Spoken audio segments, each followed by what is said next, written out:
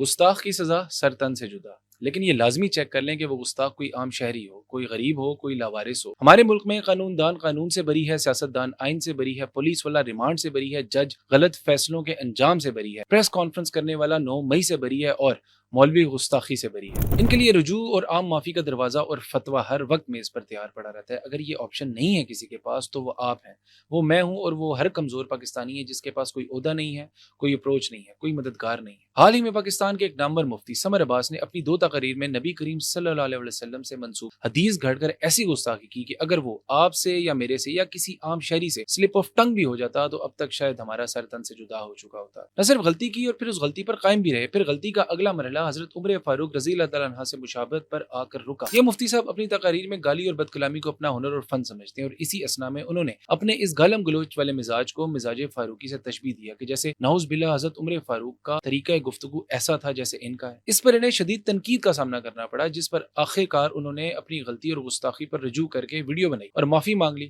اور توبہ کا اعلان کیا۔ ان الفاظ کو غیر مشروع طور پر واپس بھی لیتا ہوں، براءت کا اعلان بھی کرتا ہوں، اور ہماری اسلامی نظریاتی کونسل کی جانب سے رجوع کا مشورہ اور معافی دونوں مل چکی، اور بس معاملہ ختم۔ اب سوال یہ کہ بڑے بڑے ملا اور مفتی جو اپنے ناپسندیدہ دوسرے فرقوں کی جانب سے ہو جانے والی ایسی غلطی، گستاخی یا سلپ آف ٹنگ کو واجب القتل یا سر تن سے جدا کے فتوے دیتے نہیں تھکتے، اور خود سمر عباس جو اپنی ان کی تقریر میں یہ توبہ اور معافی والا خانہ ہے ہی نہیں۔ کئی کہتے ہیں جی نہیں ایسا نہیں ہونا چاہیے، اس نے معافی مانگ لی ہے۔ میں نے کہا نہیں، دیکھو اگر چور چوری کر کے مان جائے کہ میں نے چوری کی ہے تو کیا آپ چھوڑ دیں گے؟ تو ان کو پریویلیج کیسے حاصل ہو گیا؟ اور اس میں دلچسپ بات یہ ہے کہ دین کے ان محافظوں نے جب گستاخی کی سزا کا قانون بنوایا 295C، تو اس میں یہ بات شامل کروائی گئی کہ گستاخی کی معافی اور توبہ بھی قبول نہیں کی جائے گی، بلکہ اس کی سزا صرف سر تن سے جدا ہے۔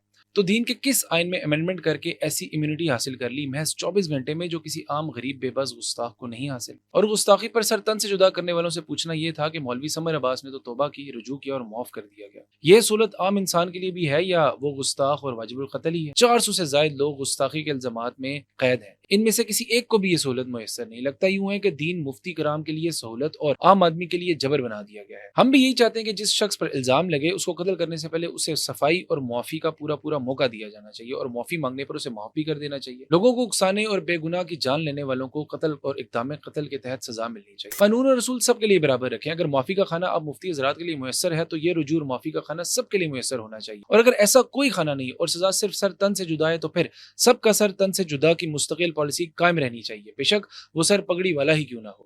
اور وہ تمام عاشق رسول جو سمر عباس کو رجوع کرنے سے پہلے ان کو باقاعدہ سوشل میڈیا پر دلیل اور منطق سے ڈیفینڈ کر رہے تھے، ان کی معافی کے بعد اب وہ اس گستاخی کو ڈیفینڈ کرنے پر کب معافی مانگیں گے؟ اور ان سے سوال یہ بھی ہے کہ وہ اصل وفادار کس کے ہیں، شخصیت کے یا دین کے؟